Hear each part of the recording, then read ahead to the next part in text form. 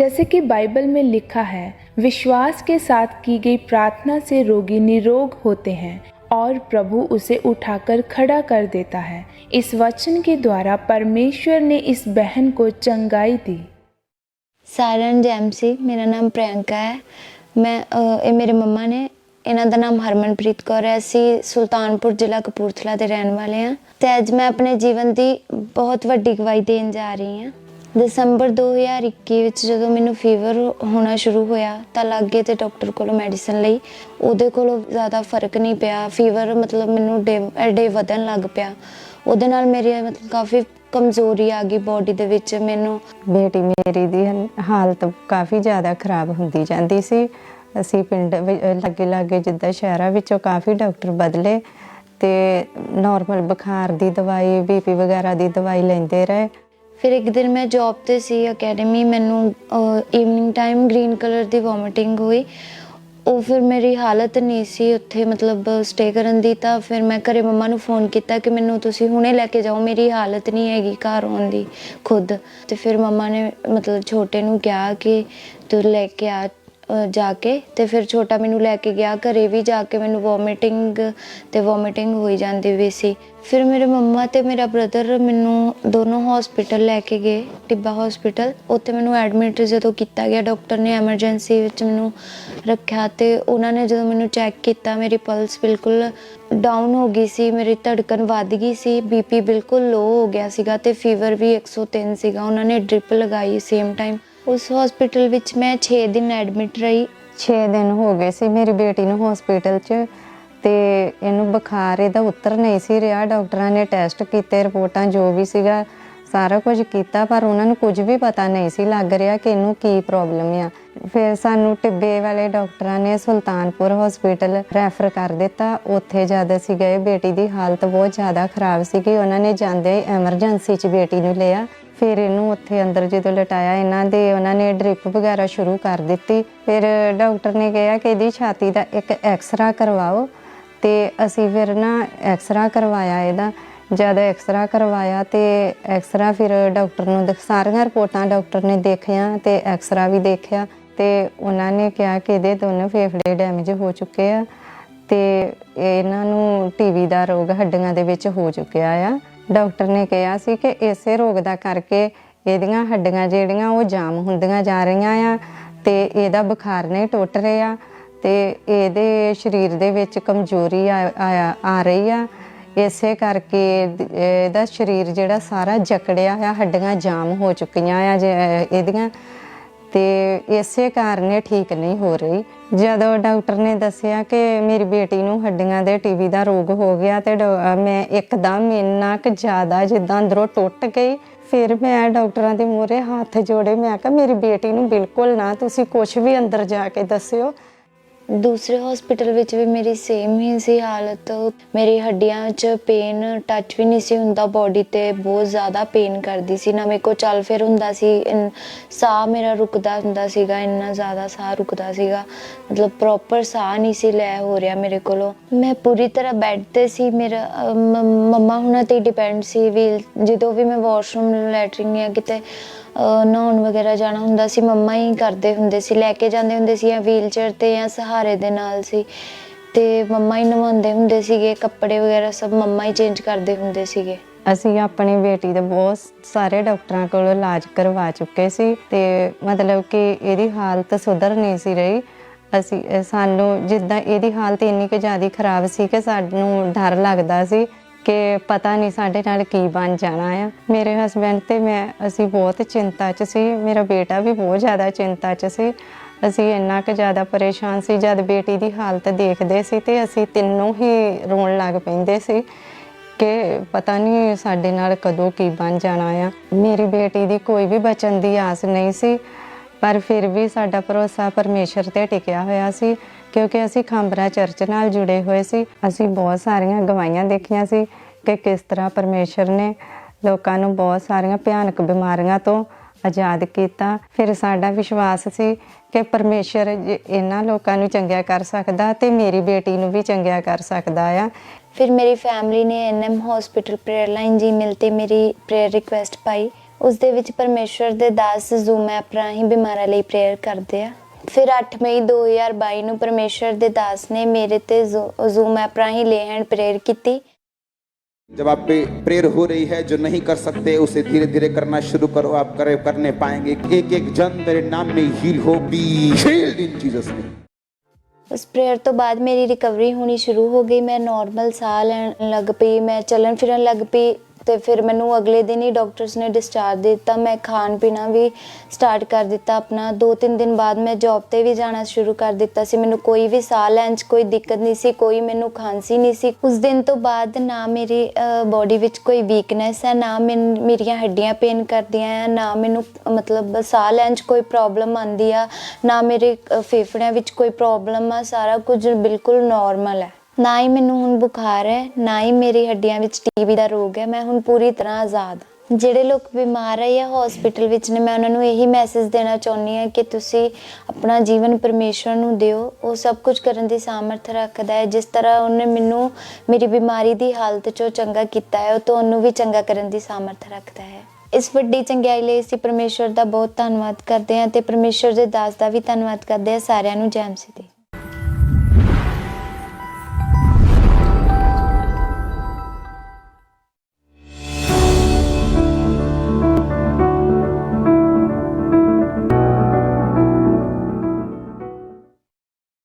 जैसे कि बाइबल में लिखा है, वह थके हुए को बल देता है और शक्तिहीन को बहुत सामर्थ्य देता है। इसी वचन के द्वारा परमेश्वर ने इन्हें गवाही के साथ खड़ा किया। मेरी तरफ से सबको जय मसीह की। मेरा नाम सिमरन है, मैं कपूरथला की रहने वाली हूँ। आज मैं अपने जीवन की सबसे अद्भुत गवाही देने जा रही हूँ। अब मैं 24 साल की हूँ। जब मैं 10 साल की थी तो मैं अपने फ्रेंड्स के साथ अपने घर में खेल रही थी। तो खेलते वक्त हम बैडमिंटन खेल रहे थे। तो बैडमिंटन खेलते वक्त मैं नीचे गिर गई। मेरी मम्मा ने मुझे, जब मैं नीचे गिरी तो उठाया। तो उसके उठाने के बाद जब 2-3 दिन निकले तो मैंने अपना स्कूल ज्वाइन किया। तो जब स्कूल ज्वाइन किया तो मुझे बेंच में बैठने में दिक्कत आती थी और जब मैं अपना बैग उठाती थी तो बैग उठाते वक्त भी मुझे बहुत प्रॉब्लम होती थी। तो जब मैंने अपने मम्मा के साथ शेयर किया तो उन्होंने इस चीज़ को बहुत सीरियस लिया और मेरे पापा के साथ शेयर किया। तो मेरे पेरेंट्स मुझे फिजियोथेरेपिस्ट के पास लेकर गए। जब हम वहाँ पे डॉक्टर के पास गए तो डॉक्टर ने मेरा चेकअप किया। चेकअप करने के बाद उन्होंने कहा कि आपको एक्सरे करवाना चाहिए। तो एक्सरे में मेरे स्पाइनल कॉर्ड की प्रॉब्लम शो हो रही थी। उन्होंने बोला कि आपके एक्सरे में स्पाइनल कॉर्ड की जो मतलब लाइक मनकने होते हैं हमारे रीढ़ की हड्डी के, वो उनका स्पेस ख़त्म हो चुका है। जो 2 हैं वो एक साथ जुड़ चुके हैं जब उनमें स्पेस होना चाहिए। तो उसके बाद उन्होंने मेरा ट्रीटमेंट उसके बिहाफ पे स्टार्ट किया। तो उन्होंने मुझे इंजेक्शंस डेली बेसिस पे देने शुरू किए। जब मेरा फर्स्ट डे था तो फिजियोथेरेपिस्ट ने मुझे 3 इंजेक्शंस उसी दिन दिए। तो 6 मंथ मेरा रेगुलर बेसिस पे फिजियोथेरेपिस्ट से मेरी थेरेपी होती थी। डेली वो मेरी थेरेपी करते थे और उन्होंने मुझे एक कॉस्मेटिक बेल्ट होती है जो मतलब लाइक एक स्टील की तरह जो पूरी बैक से लेके फ्रंट तक आती है। तो उन्होंने वो मुझे सजेस्ट किया क्योंकि जब मैं डेली बेसिस पे स्कूल जाती थी तो कुबड़ापन थोड़ा सा शुरू हो चुका था। जो मेरी चेस्ट थी वो स्ट्रेट फॉरवर्ड नहीं रही थी। तो मैं नीचे की तरफ को मेरे शोल्डर्स आने लग पड़े थे। तो उसके बाद फिर उन्होंने जब कॉस्मेटिक बेल्ट बोला तो वो डेली बिहाफ पे यूज़ करने के बाद जब मैं स्कूल में वो लगा कर जाती थी तो मैंने अपने पेरेंट्स को बोला कि मुझे फ़र्क नहीं पड़ रहा। तो उन्होंने बोला कि हम डॉक्टर चेंज करके देख लेते हैं। तो उन्होंने मुझे स्पाइनल कॉर्ड के जो हमारे एरिया में स्पेशलिस्ट हैं 2 से 3 डॉक्टरों के पास मतलब दिखाया। तो जब उनके पास भी मुझे दिखाया तो लाइक 2-3 साल में मेरा फिर वही ट्रीटमेंट चलता रहा। तो वो पेन बढ़ते ही जा रहा था। तो जब मेरी 12th हो गई तो मैंने सोचा कि मैं होटल मैनेजमेंट करूँगी। तो मैंने BSc होटल मैनेजमेंट में अपना एडमिशन करवाया। जब मेरा ट्रेनिंग सेशन चल रहा था तो उसमें मेरी बॉडी का posture day by day change होते जा रहा था क्योंकि मैं जब ट्रेनिंग में अपना गई थी तो मेरा वेट 56 kg था। तो वो वेट 56 kg से 36 kg आ चुका था 3 मंथ्स में। मैंने अपनी सिस्टर को बताया कि सिस्टर मुझे मेंटली अपसेट का ऐसे होने लग पड़ा है, नेगेटिव थॉट्स आते हैं, सुसाइडल थॉट्स आते हैं कि मैं सुसाइड कर लूँ, कि मेरा मन नहीं करता अब कि मैं ये लाइफ जीऊँ। तो वो साइकेट्रिस्ट की OPD अटेंडर थी। तो मुझे उन्होंने मेरी अपॉइंटमेंट ली, अपने डॉक्टर से मिलवाया। तो जब उन्होंने मेरी काउंसलिंग लेनी स्टार्ट की तो उन्होंने देखा मैं मेंटली बहुत ज़्यादा वीक हो चुकी हूँ, मेरा ब्रेन पहले जैसे वर्क नहीं कर रहा। तो मेरे ब्रेन ने भी अच्छे से वर्क करना छोड़ दिया था। तो जो मेरी ब्रेन की नर्व्स थी, जो मेरे स्पाइनल कॉर्ड के मनने थे, वो जो दबे थे, जो स्पेस ख़त्म हुआ था उसमें मेरी वो ब्रेन की नर्व्स भी हो गई थी, उसमें दब गई थी। तो वो स्पेस ख़त्म होने की वजह से उन्होंने बोला कि तुम्हें मेंटली अपसेट के अटैक्स हो रहे हो। मेडिसिन ऐसी देते थे डॉक्टर मुझे कि जैसे मैंने रात को अगर वो टैबलेट 8 o'clock पे ली है तो नेक्स्ट डे मैं 2-3 बजे दोपहर को उठती थी। तो फिर जब 3 मंथ पूरे हुए, 3 मंथ पूरे होने के बाद डॉक्टर ने मेरी सिस्टर को बताया कि इसको स्किज़ोफ्रेनिया नाम का एक बीमारी हो गई है जिसका ओवरऑल दी वर्ल्ड कोई इलाज नहीं है। तो मेरी मामू की बेटी है, उसने भी नर्सिंग किया है, तो वो भी अपने ट्रेनिंग टाइम पे थी, उसने मेरी मेडिसिन को गिरा दिया। वो कहती तुम ये ट्रीटमेंट नहीं लोगी कि तुम पागल हो जाओगी इसकी वजह से, क्योंकि ये सिर्फ नींद की गोलियां हैं। तो जब मेरी कज़न सिस्टर ने वो मेरी मेडिसिन जो थी फेंक दी, तो जब वो मेरे को टैबलेट्स नहीं मिलती थी नाइट को, तो मुझे नींद नहीं आती थी। तो मैं अकेले सोचती रहती थी क्योंकि मेरे कज़न ने भी होटल मैनेजमेंट किया था, उसका एक लेवल वो बहुत ऊंचे लेवल पर जा चुका था।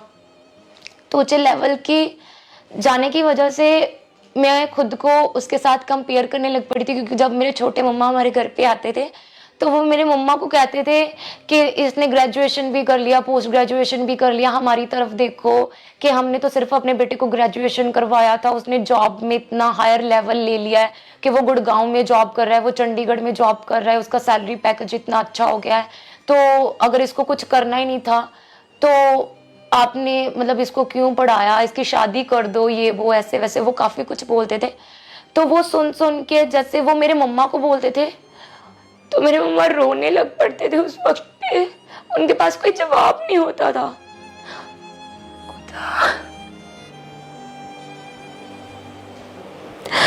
वो चीज को जब मैं सुनती थी तो वो मुझे तानने लगते थे। मेरे पेरेंट्स ने मुझे फिर अन्य जगहों पे दिखाना शुरू कर दिया। तो उस वक्त जब वो मुझे अन्य जगह पे लेके जाते थे तो मैं सोचती थी कि इतना कुछ करने से अच्छा है मुझे मौत आ जाए। मैंने खाना पूरा मतलब 7-7 दिन में खाना नहीं खाती थी, मैं अपने बाल नहीं बनाती थी, पागलों की जैसे मेरी लाइफ हो गई थी, क्योंकि मुझे मेरा फ्यूचर नहीं दिखता था। जब मैं टोटली डिप्रेस्ड हो चुकी थी तो खुदावंद का गुड न्यूज़ खुदावंद की मेरे पास आई। मुझे मेरे सीनियर ने बताया, मेरे सीनियर से मेरी बात हुई तो उन्होंने कहा सिमरन क्या आप जीसस क्राइस्ट को जानते हो? तो उन्होंने बोला कि अगर मतलब मैं आपको बताऊं तो आप बाइबल पढ़ोगे, लाके बाइबल रीड करोगे? तो फिर मैंने बाइबल रीडिंग करना शुरू किया। जब मैंने बाइबल रीडिंग करना शुरू किया 2-3 डेज हुए थे, तो सोने के बाद मुझे एक ड्रीम आता है, उसमें मुझे एक व्यक्ति दिख रहे हैं, जैसे उन्होंने वाइट कलर का कॉस्ट्यूम पूरा पहना हुआ है, उनके हाथ में माइक है और गोल्डन कलर की शीट्स मुझे दिख रही है, एक स्टेज टाइप जैसे दिख रहा है। तो उसमें क्या दिख रहा है कि वो फायर रिलीज कर रहे हैं मेरी बॉडी पे। तो जब मुझे ये ड्रीम आया तो नेक्स्ट डे अर्ली मॉर्निंग मैंने अपनी एक क्रिश्चियन फ्रेंड है उसके साथ शेयर किया। तो उन्होंने मुझे बताया कि उनको पता था कि ऐसे फायर प्रेयर्स कहाँ पे होती है। तो उन्होंने बोला ये अंकुर नरूला मिनिस्ट्री है जो खामब्रा में पड़ती है, खामब्रा चर्च है वहाँ पे एक, कि वहाँ पे पड़ती है ये, तो वो फायर प्रेयर्स करते हैं। तो जब मुझे खामब्रा चर्च के बारे में पता चला तो मैं फर्स्ट टाइम जब खामब्रा चर्च में आई तो मैं जब बाहर ही थी, बाहर का मैंने माहौल देखा, इतने लोग मैंने अपनी लाइफ में किसी एक जगह पे पब्लिक इतनी मैंने नहीं देखी। और यहाँ की टेस्टमनीज मैंने सुनी कि इतनी सुपर ब्लेस्ड टेस्टमनीज थी वो, उन्होंने मेरी लाइफ को इतना चेंज किया। और जब खुदावंद के दास खुद वहाँ पे वचन देने के लिए आए और मैं शॉक्ड हो गई कि यही थे मेरे जो ड्रीम में आए थे। और जब मैं यहाँ पे आती रही, मुझे 1 मंथ भी नहीं हुआ था यहाँ पे आते हुए।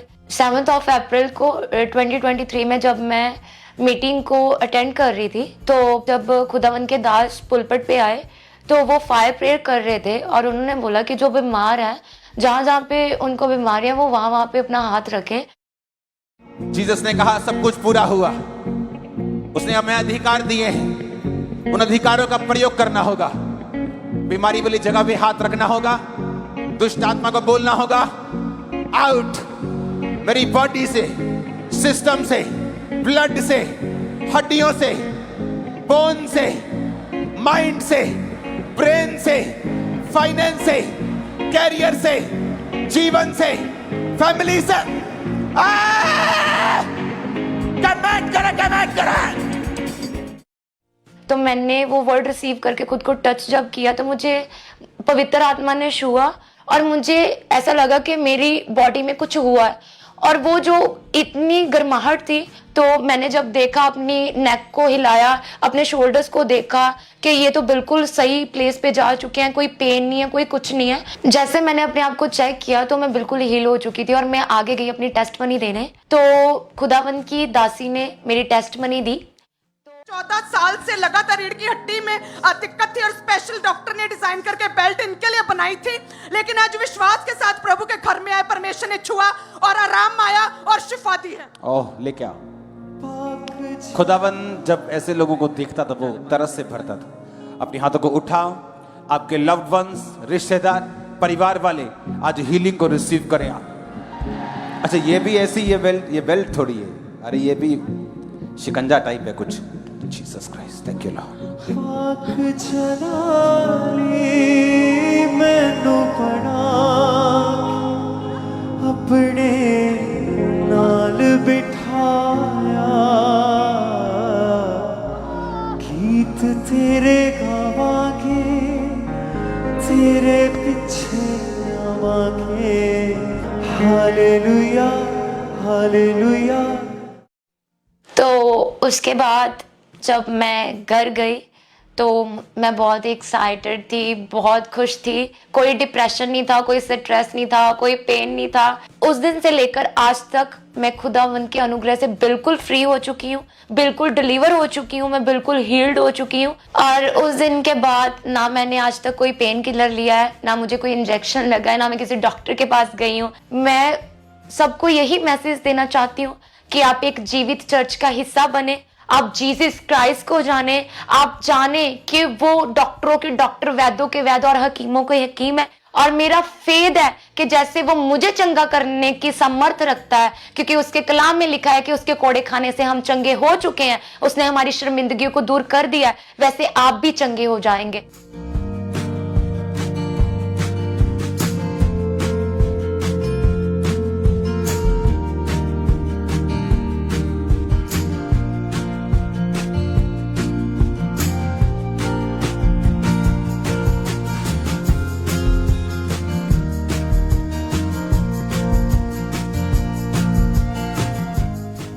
मैं इस बड़ी और अद्भुत चंगाई के लिए परमेश्वर का धन्यवाद करती हूँ और उनके दास का भी धन्यवाद करती हूँ। सबको जय मसीह की।